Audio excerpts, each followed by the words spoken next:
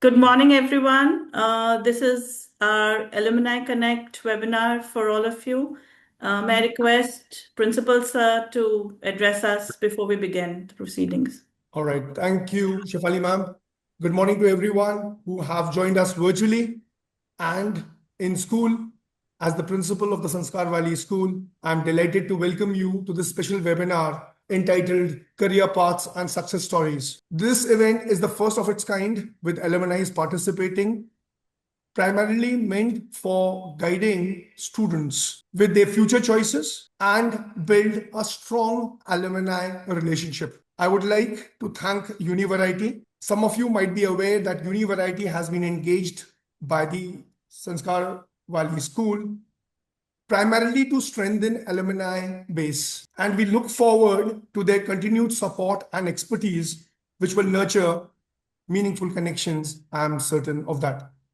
A very warm welcome to our alumni speakers, Anushka Mishra, Chitransha Singh, Shranay Agrawal, and Mehak Chaudhary. Your return to Alma Mater to share your journeys and insights means a great deal to us, and we are sure it will inspire our students immensely. I'm pleased to introduce Ms. Shefali Anand, our session moderator, who has been working very closely with alumni. Her deep understanding of student aspirations will make today's discussion engaging, focused, and relevant. On behalf of the Sanskaar Valley School, I welcome each one of you once again. May this webinar spark inspiration, broaden perspectives, and empower our students to carve out their own paths of success. God bless. Thank you so much, sir. Thank you for being with us here and encouraging us for this. I once again welcome everyone.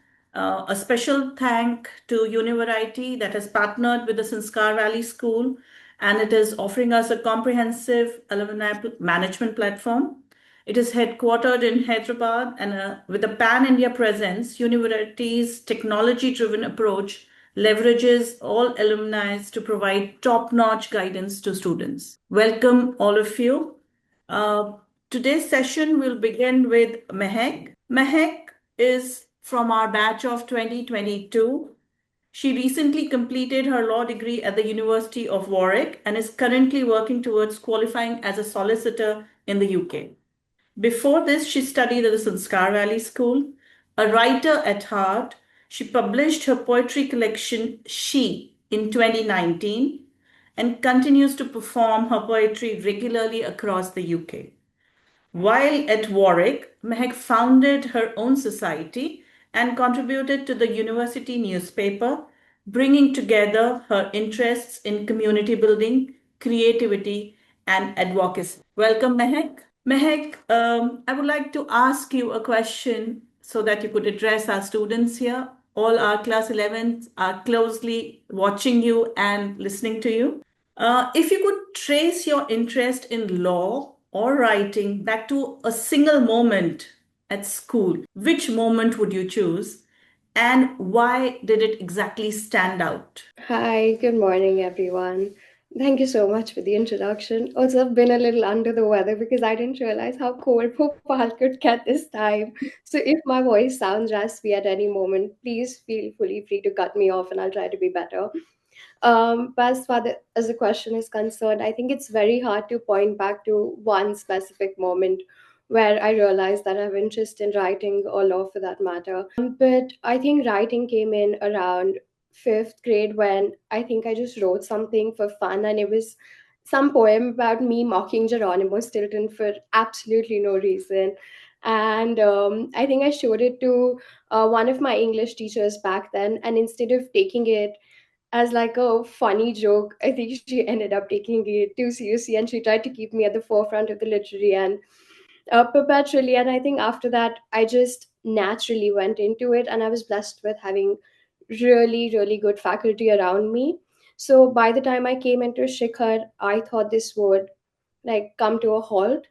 But then I just continued on writing, and I showed my work to other teachers around me, and they really appreciated it. So they pushed me into plays and eventually more debates and just being at the forefront at the literary end. And eventually I got into poetry because I had a lot of time on me during the pandemic. So I was like, why not? And I used to keep sending snippets in the middle when everyone was sick to my English teacher, like, can you please review this? And they were very kind and they would send me feedback every single week. And it wouldn't have been possible without that kind of support. I don't think it would have happened in the first place either. So I think when it comes to writing, that really played a big role, because even when I came into performing, I think the first time that I actually ever performed was in school only. So yeah, and even when I performed in the UK, the first person I sent like a picture to was one of my English teachers back in school, like, oh, I performed. So 100%, I think great faculty, really a lot of support from the English teachers around me. And as far as law is concerned, I think it came in much later in the picture.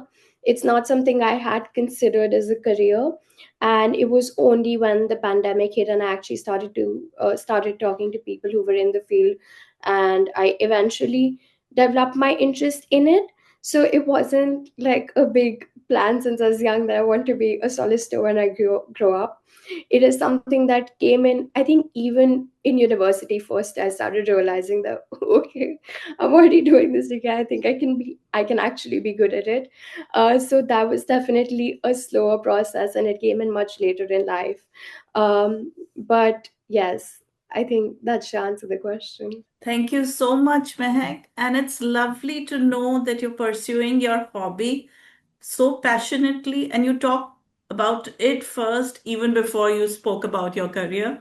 So it's lovely to know that. And, it's lovely to know that we have somehow molded you with that. Thank you so much. Our next alum here is Shranay Agrawal. Welcome. Shranay has graduated from UC Davis in 2023. He's from our batch of 2019. And with a bachelor's in computer science and a minor in tech management, right out of college, he joined a 0 to 1 startup as a lead engineer and is now working as AI lead in a YC based startup. Sorry, YC backed startup. On the side, he has also co founded Prep Genie AI, which is an AI powered MBA prep tool, and Sinatra FinCap, an RBI registered NBFC. Oh, wow, that's loaded. Shane, could you please explain what you're doing? As students would be getting into college and professional setup soon, what are the general tips about professional development you would like to share with our students, which will help them prepare for their future? Thank you. Shane. Thank you for the introduction, ma'am. Nice meeting all of you guys. Currently, basically, I'm working as a artificial intelligence lead in a company known as Clinically, which is a dermatology company. I'm sure a lot of people who are into skincare might have heard of it. It's pretty famous in India. So with them, I'm building this. I'll just share my screen and show it to you guys. Also, I'm just building this chatbot, which will give you dermatology tips, which will help you analyze your skin. It's built with the help of doctors, and yeah, so it's pretty interesting. And if you all can try it out as well, and if you guys have any feedback, you guys can connect with me on LinkedIn and give me any tips. Let me just share my screen. So this is the product that I'm working on. This is one of it. This is with Clinically. I would love for you guys to test it out. It's dermagpd.clinically.com. And other than that, I'm working on this MBA preparation tool with a MBA counselor. I've partnered up with one of the MBA counselors. So I've co-founded this with them, which helps you prepare for your MBA interviews. I'm sure you guys won't be preparing for MBA interviews anytime soon, but this is one of the other tools that you could also visit, and if you guys have any feedback on it. And the Sintara FinCap basically is, can you guys hear me? Sintara FinCap basically is NBFC, and we are into lending that I started with my brother when I came back from college during the pandemic. I just saw it as an opportunity rather than a skill that I have. So I picked it up with my brother and it's still going on till now. In terms of professional tips, I would love to mention one of the tools that I've utilized a lot and I wish I used it earlier, and that is LinkedIn. I would suggest to use LinkedIn as much as possible because it gives you access to so much content which is like latest and innovative, and you also get to connect with people who you dream to be in the future, right? You can get so much content out of it, and you could also connect with people and get so much information of the people you look up to and you would guidance from. So one of the tools that I would definitely suggest you guys to make your new Instagram is LinkedIn. And when it comes to professional development today, one of the biggest advantage everyone has is technology. I would suggest to use AI tools as much as possible because it gives you instant access to knowledge, skills, etc. Basically, you have a PhD candidate sitting right next to you, and you can have access to so much information, which previously I also used to struggle for. And you could also use it to practice interviews, building resumes, or even exploring career options. And I feel like AI is pretty powerful, and you guys could use it for your advantage in terms of professional development as well. All right. Thank you so much, Renee, for those useful tips for our students. And I'm sure they have been listening in carefully and taking notes about this. We'll come back to you with more questions. Next on is Anoshka. She's from our batch of 2016. Hi, Anoshka. How are you doing? Anushka is an RCI licensed clinical psychologist and a dedicated mental health advocate, a passionate spoken word poet, content creator, and spokesperson. She lives by the belief that perspective is everything and helps people find their own. She's completed her MPhil and MSc in clinical psychology and BA honors in applied psychology. Currently, she's working as a senior consultant psychologist at Amaha in Delhi. And she's known for her ability to build a safe, non judgmental space where people can share their most complex and vulnerable experiences. That's lovely to know, Anoshka. You people are doing so great, giving back to the society, to the world. That is what we want our alums to do. Thank you so much, ma'am. Anushka, the question for you is any sparking moment that you remember when you first realized that you were drawn to people, to understanding their emotions and their perspectives? Sometime in school when you felt that, it seems like the beginning of your journey towards psychology, into psychology, helping people. Yeah, I think that's a great question, ma'am, and I'm glad you asked it. I'd have to agree with Mehek here that I don't think it was a single moment, but a series of moments over the years. And I think it possibly started when I was in seventh or eighth grade, when I realized that a lot of my batchmates and juniors specifically were able to come to me and speak to me, like pour their hearts out, and I would be able to hold space for them. And at that moment, I wasn't thinking, oh, I have to offer them some good advice or I have to fix their problems. I realized that all they needed was just somebody to listen without judging them, without telling them exactly what needs to be done. So whether it was, I think I remember so many times I've sat with people outside Shikhar, I've sat with people in Kalanjali, in Omang near the squash court on the stairs, in between PE classes or assemblies. And so I would say that it was a mix of different moments over the years that I think helped me realize my passion for psychology. And I think it was in class 10th, before we even had psychology as a subject to choose. It was in grade 10th that I was like, okay, I want to be a clinical psychologist. And in fact, I remember my psychology teacher had back then told me which institute I should pursue from. And she is the one who had actually told me about MPhil in clinical psychology and how that is the that is the course that needs to be done for us to be a licensed clinical psychologist in India. So I'm really grateful for that advice back then, and it seems clearly that I followed it right up until now. That's lovely to know. Thank you so much, Anushka. Thank you. And as I said, we are so proud of you going out into the world, helping people, helping all around. I would take a moment to welcome our Vice Principal, Kamal ma'am. Kamal ma'am, thank you for joining us here. We have four alums. We've already spoken to three of them. And I'm moving on to our fourth alum, Chitransha. Welcome, Chitransha. Chitransha is from the class of 2017. She is a legal professional with a strong background in research and advocacy. She holds a BA LLB from OP Jindal Global University and an advanced diploma in criminal law and forensic sciences from Nalsar University.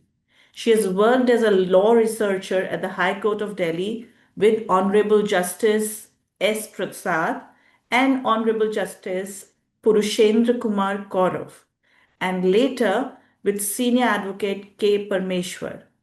Her earlier experiences include an internship with senior advocate Vrinda Grover at the Supreme Court. In college, Chitranshi was actively involved in the Moot Court Society, the Human Rights Blog, and various student committees. With a long standing commitment to justice and social impact, she brings academic depth and practical insight to her legal work.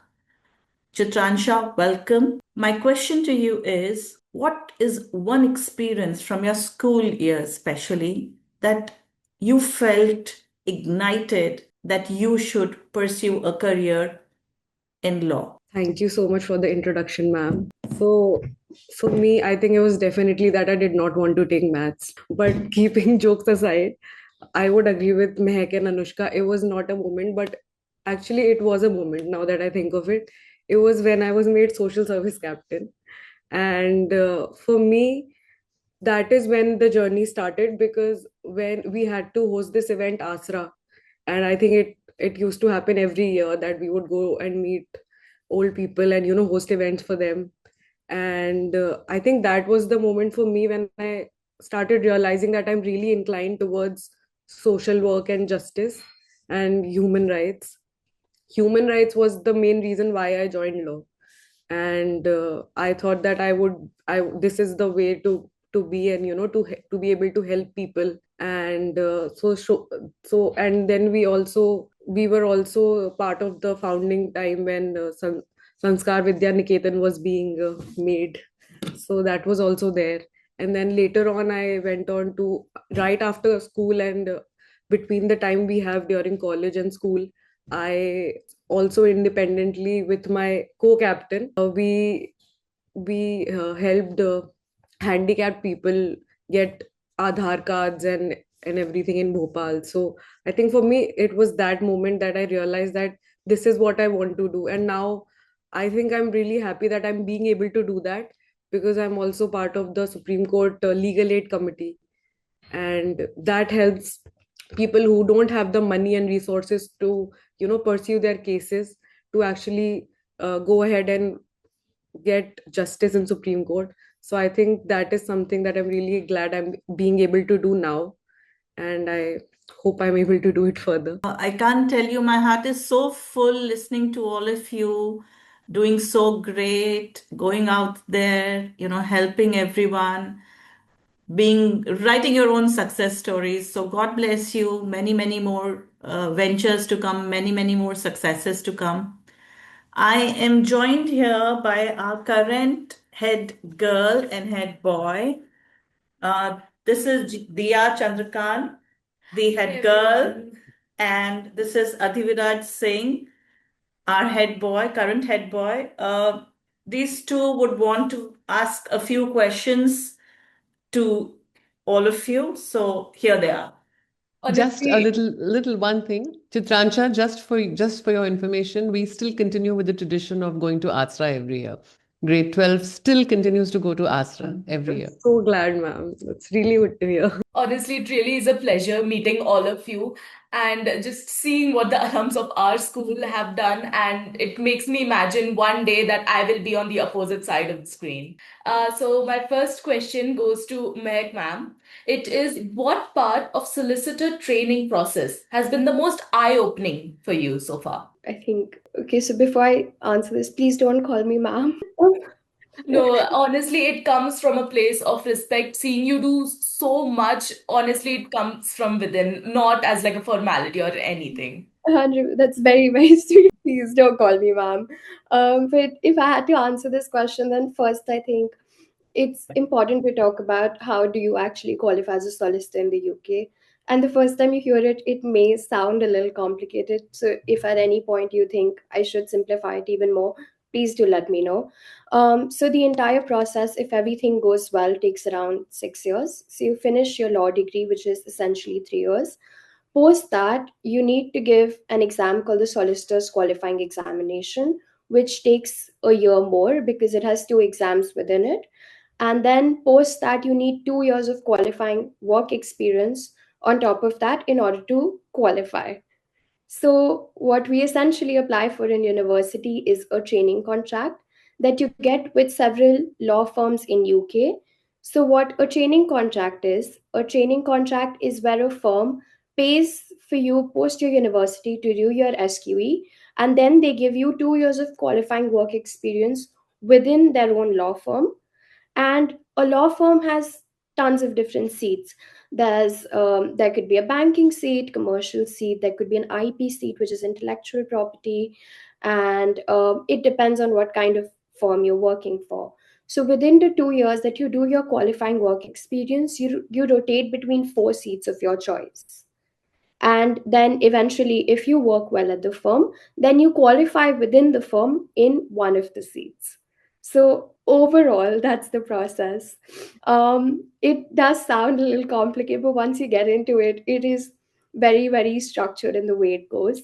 But I think when it comes to eye-opening moments, I didn't firstly, I don't think I was very well researched about what kind of law I wanted to get into, and I didn't have a great understanding on whether I wanted to be a solicitor or a barrister, because there's a major distinction between the two when it comes to UK. So, a barrister is someone who advocates for their clients in courts, while solicitors deal with tons of other matters. And most you're working within the firm, you don't go to the court as much. And I think it took me a while to figure out what I wanted to do. And even within being a solicitor, there are tons of different areas. And when I entered first year, everyone already had an idea on exactly what they wanted to do, whether it was becoming a solicitor or a barrister. And if solicitor, I need to qualify in this seat when I'm done with my 6 years. And the only thing I was trying to figure out in first year was how to get a decent mark, because I was unable to figure out the entire academic curriculum because it was mostly run by essays. So it was a lot of critical thinking. But I don't think I realized how taxing the process would get, because usually when I saw other people applying, the first part usually just involved putting in your CV. While for law, they don't take a CV. They wanted us to answer five different questions, and they were a little too specific. So the questions could range from something like, tell us a recent news story and how does it connect to the law firm, or why this specific law firm, or why are you the perfect fit for the law firm. And initially, I tried fitting into the perfect mold.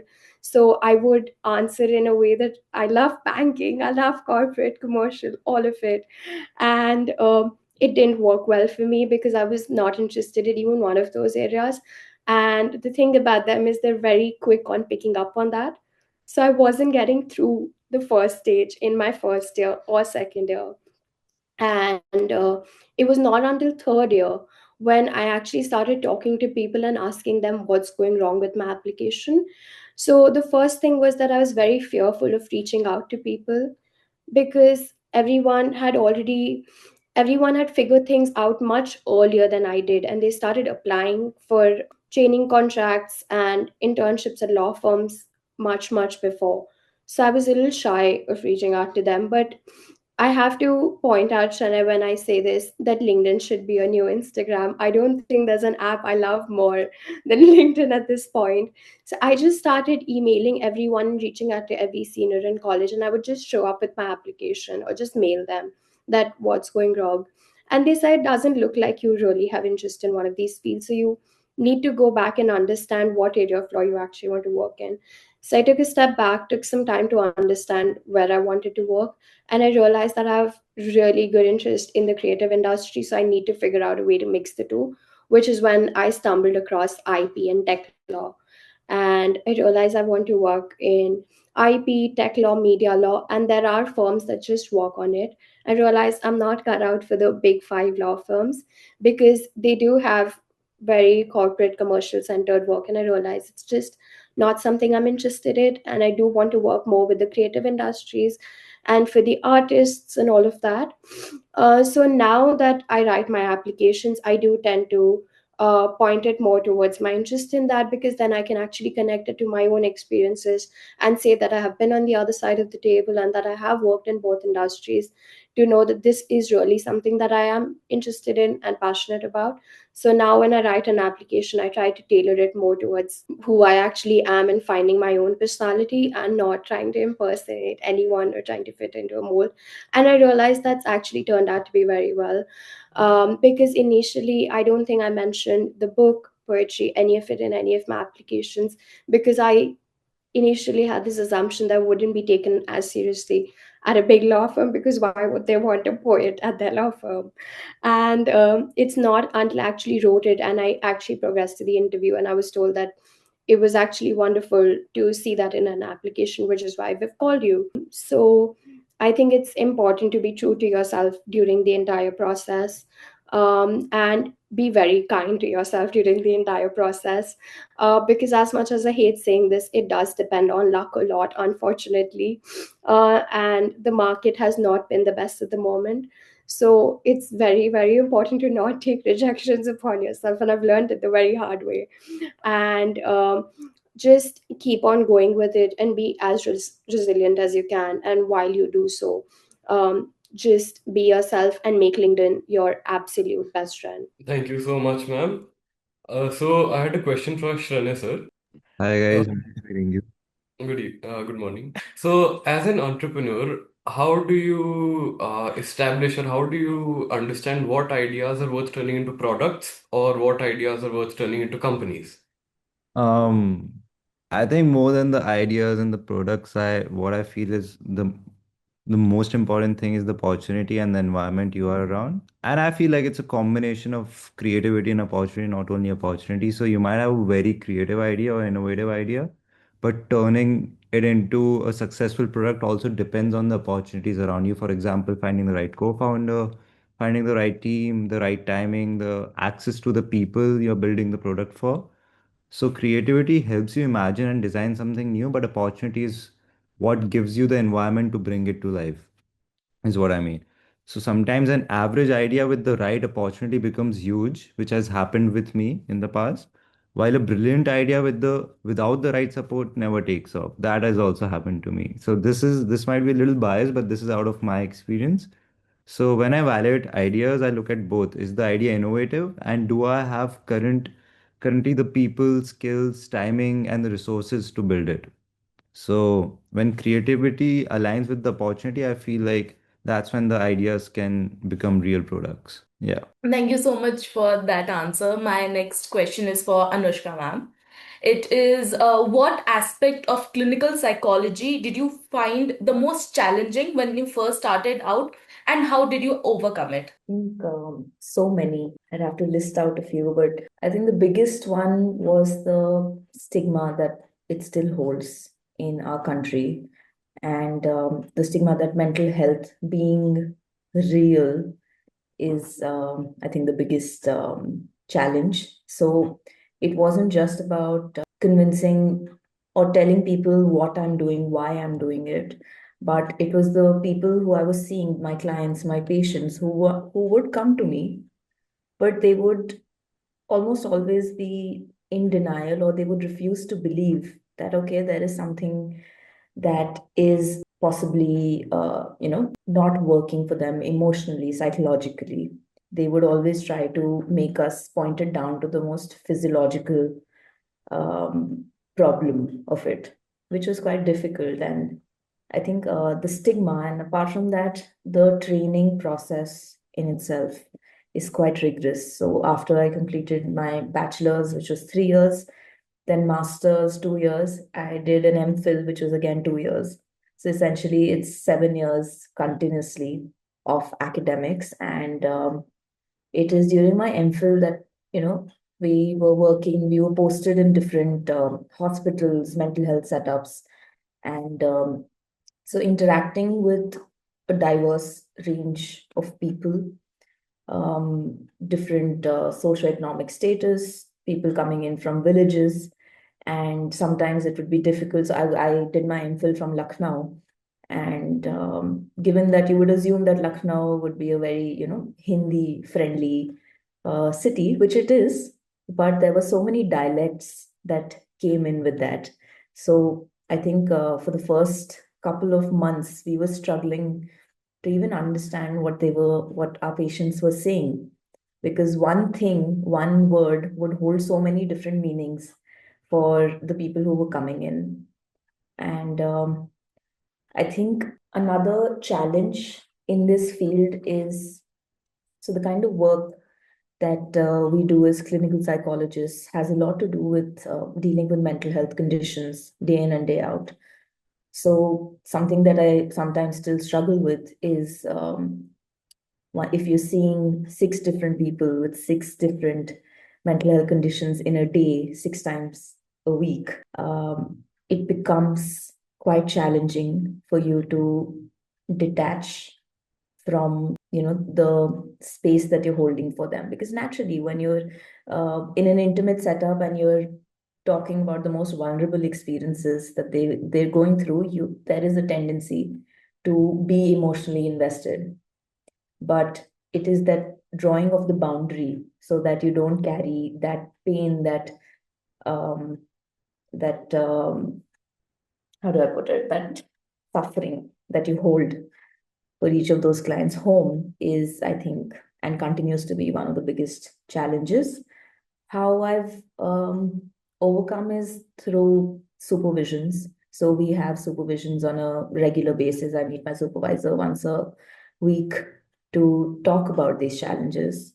And I think for anybody who wants to pursue this as a field in India, I would only say that have some patience. The mental health field is changing day by day. There is a lot of opportunity, but it will take some time, patience, and a lot of support from the people around you to thrive in this field. I'd say that. Yeah. Thank you. Thank you so much for that answer, ma'am. The question I had was for Chitransha, ma'am.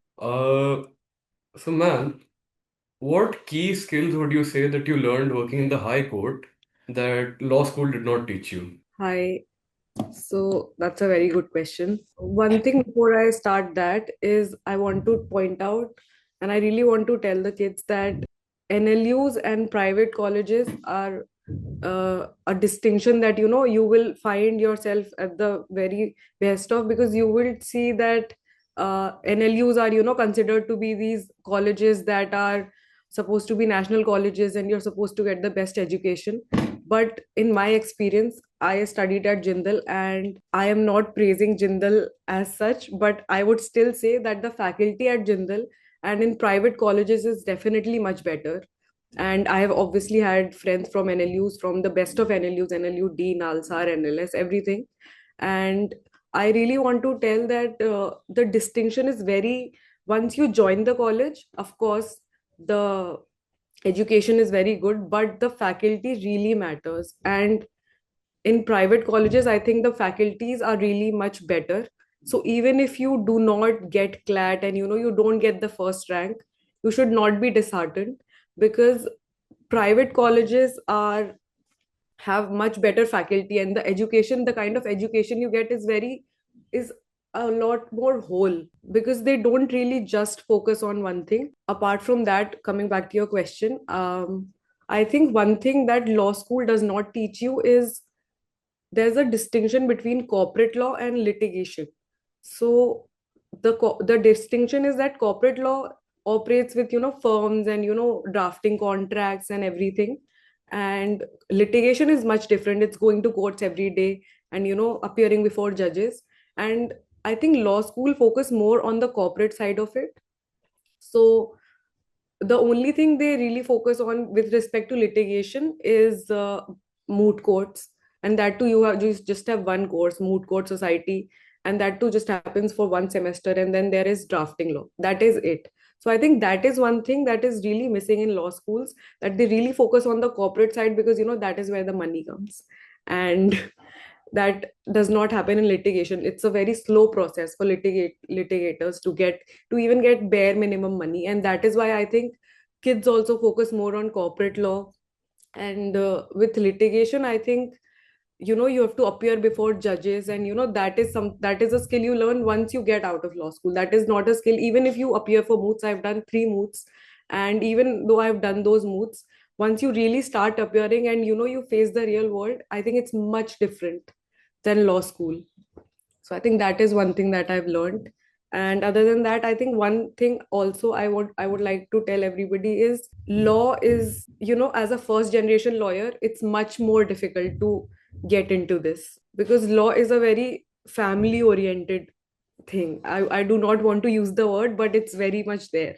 And I think that is one thing, now that I've been doing this for 3 years, I'm really realizing, and I really want everyone to know that before you get into it, even though you have the passion for it, you should see if you would be able to get through. Because if you don't have family backing, it really, really becomes tough to navigate your way. And I think LinkedIn is one thing that really helped. Again, I got my first internship right before law school. I've done a lot of internships, but the one that got me the job was through LinkedIn. And I got my internship. I randomly texted law researchers of different judges on LinkedIn, and I kept messaging them, and one of them replied, and she gave me the internship, and that is how I got my first job. So I think LinkedIn really plays a big role. You're on Thank you mute. so much. Yeah, thank you. And it's wonderful to hear you all speak. And one thing that's coming out is we're all pitching for LinkedIn. So we should go and tell them to, kind of give us some kind of advantage. I am also joined by a few other class 11 students here who would like to question some of you. They're very, very eager. So I have my sports vice captain Anvi Zalani here, and she would like to ask a question to Mehak. Mehak, over to you. Anvi. Good morning, everyone. My question is for Meg, ma'am. What does a solicitor really do on a daily basis? So I don't really know how capable I am of answering this question because I'm freshly out of law school. But if I had to answer it on the basis of what I know through the people I've met on LinkedIn, or just friends that I know who have gone through the process and are now solicitors, what your day looks like usually differs on the kind of firm that you're working for. So, of course, in UK, you have US law firms, you have UK law firms, and there are also some very specific law firms that could just be working in certain niches of law. So they wouldn't work for a wide range of areas. So how the distinction usually works for UK law firms is the main 5 firms are called the Magic Circle law firms, which are the 5 biggest law firms in UK. So if you're working for one of them, then of course your day starts around 9 a.m. and your day could be ending at 6 p.m. or 11 p.m., which I know sounds like a stretch. But during your training process, which was the 2 years that I mentioned, um, the kind of support that you receive at these firms is also great. So after 6 p.m., you get free cab, free food, and everything is wonderful. But of course, there will be certain times where the work would tend to get a little taxing. But I think if you're interested in the subject, then things flow really well. Also, you always have a mentor during the 2 year training process. So you always have someone who you can rely on, and they would never leave you in the dark with just work that you don't know how to navigate. So you will always know what to do and how to do it. So your day, so you could come in and you'd be answering mails in the starting from clients from the day before, or from the morning you'd be organizing what your day would look like. You could be having client meetings through the day, you could be having a meeting with your mentor. You could, so during the training process you'll be working a lot on documentation, just basic documentation drafting for clients. And the good thing about the law firms is that they let you sit in for quite a few client meetings, and eventually they let you handle them. So you're well prepared before you actually qualify as a solicitor and choose one of the seats that you want to work in. This was UK law firms. For US law firms, the culture is a little different. And so I think it majorly depends on the kind of law firm that you are working for. Some law firms have a much more relaxed culture. So the kind of law firms that I apply to at the moment are mostly law firms that are focusing on IP, which is intellectual property, or media law. So they do work with quite a few creative industries, both in the all across the world. So the timings can get a little weird, because you would be dealing with a client from Australia or US the next day, and you'd need to get on a client call or answer mails accordingly. So it definitely depends on the kind of clients that the firm has, the kind of firm that you're working for, and what's the culture like at the firm. Yeah, so I think what your day looks like majorly would depend on that. And the thing is, they won't directly drop you into a training contract. Before the training contract also, there are things called as vacation schemes, which is 2 week internship experience that you get at the law firm, because 2 years is a lot of commitment to a law firm. So what a vacation scheme does, it just gives you an insight into the working at the firm, so you can decide post that whether you actually want a training contract at this firm or not. Because you also could not like the culture, it may not be something that you really enjoy. It majorly depends on what you want to prioritize while you are working. I hope that answers the question. Thank you, ma'am, for this answer. Okay, I have another question for Anushka ma'am. It is what is one misconception you have about psychology that you wished students would understand better? I think students and public in general, I think it would be great if they understand that psychologists cannot read minds.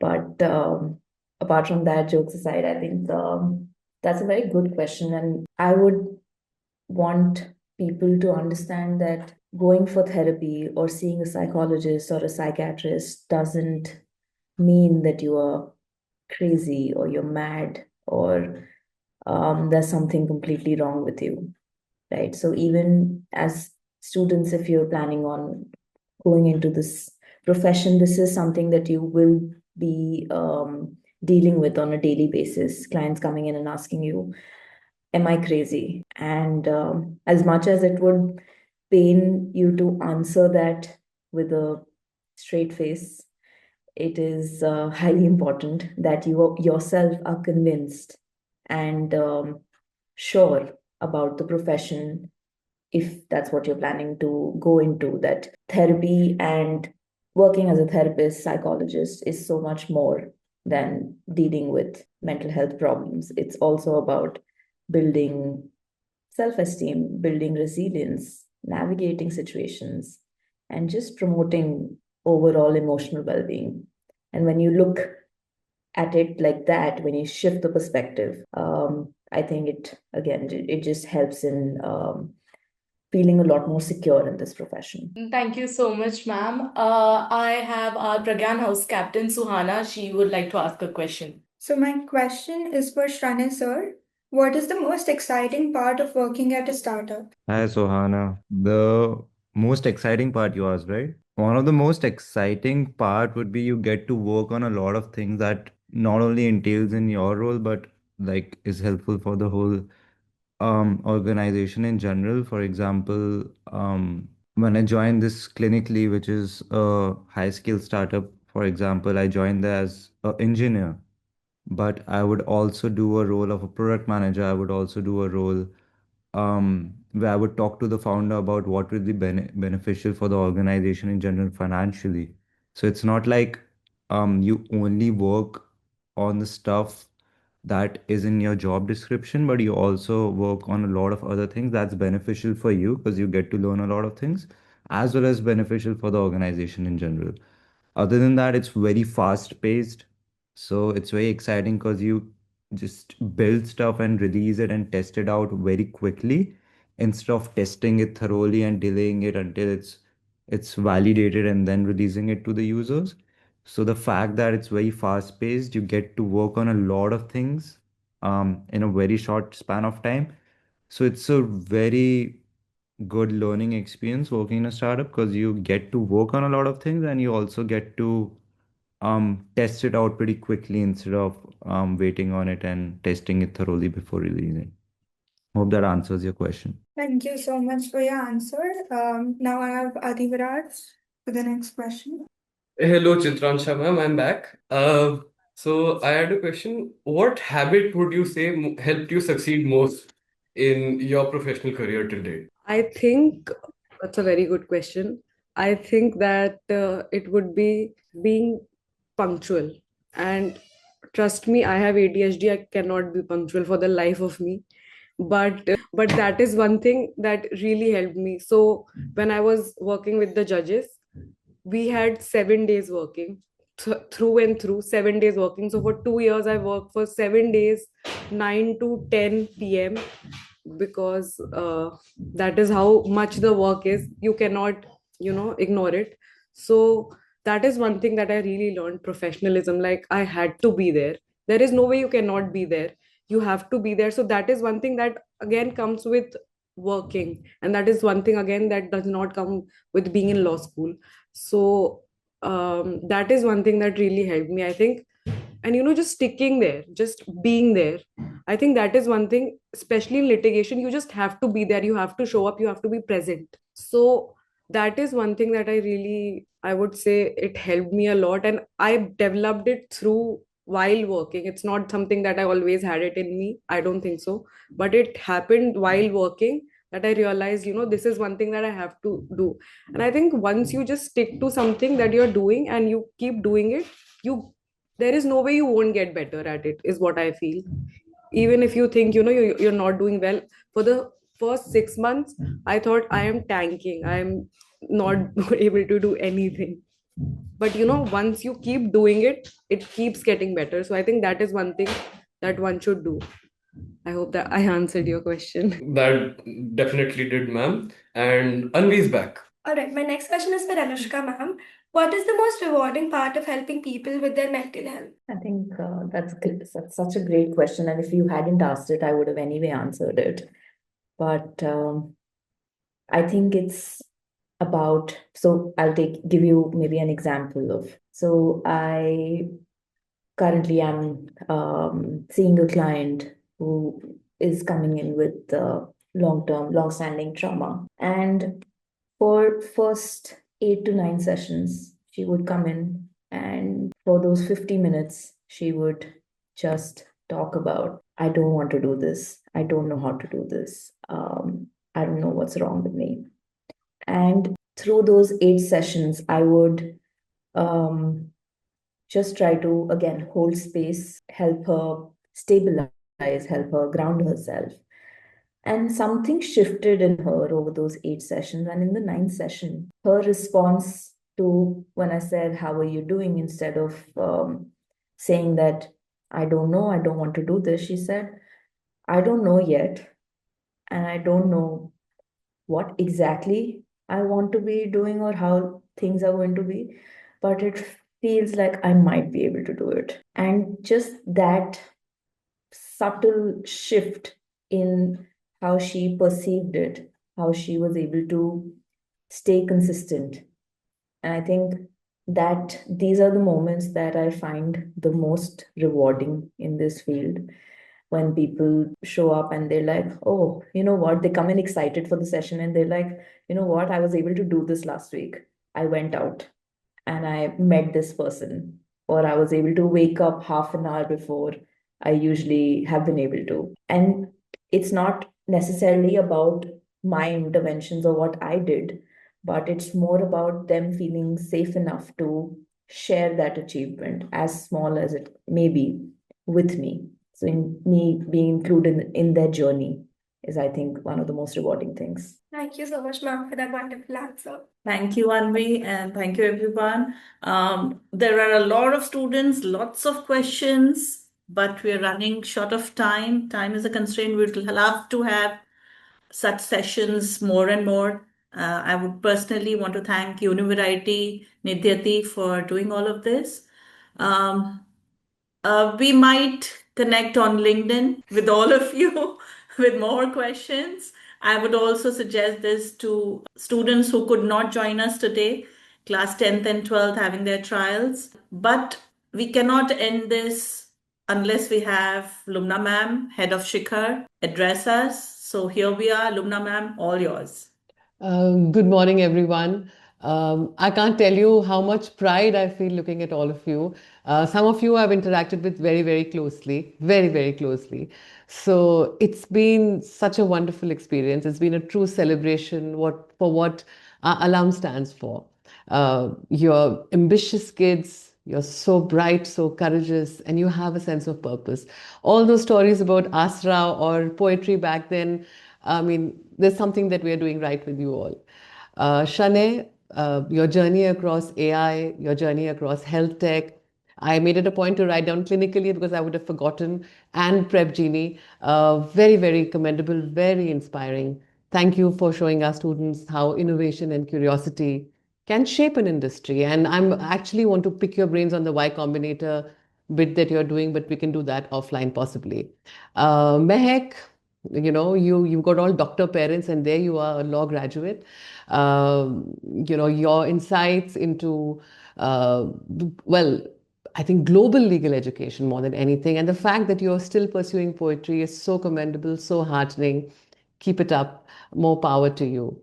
Anushka is our bacha. She is a teacher, a parent. She's Priya ma'am's daughter, so there's a special bond for her in any case.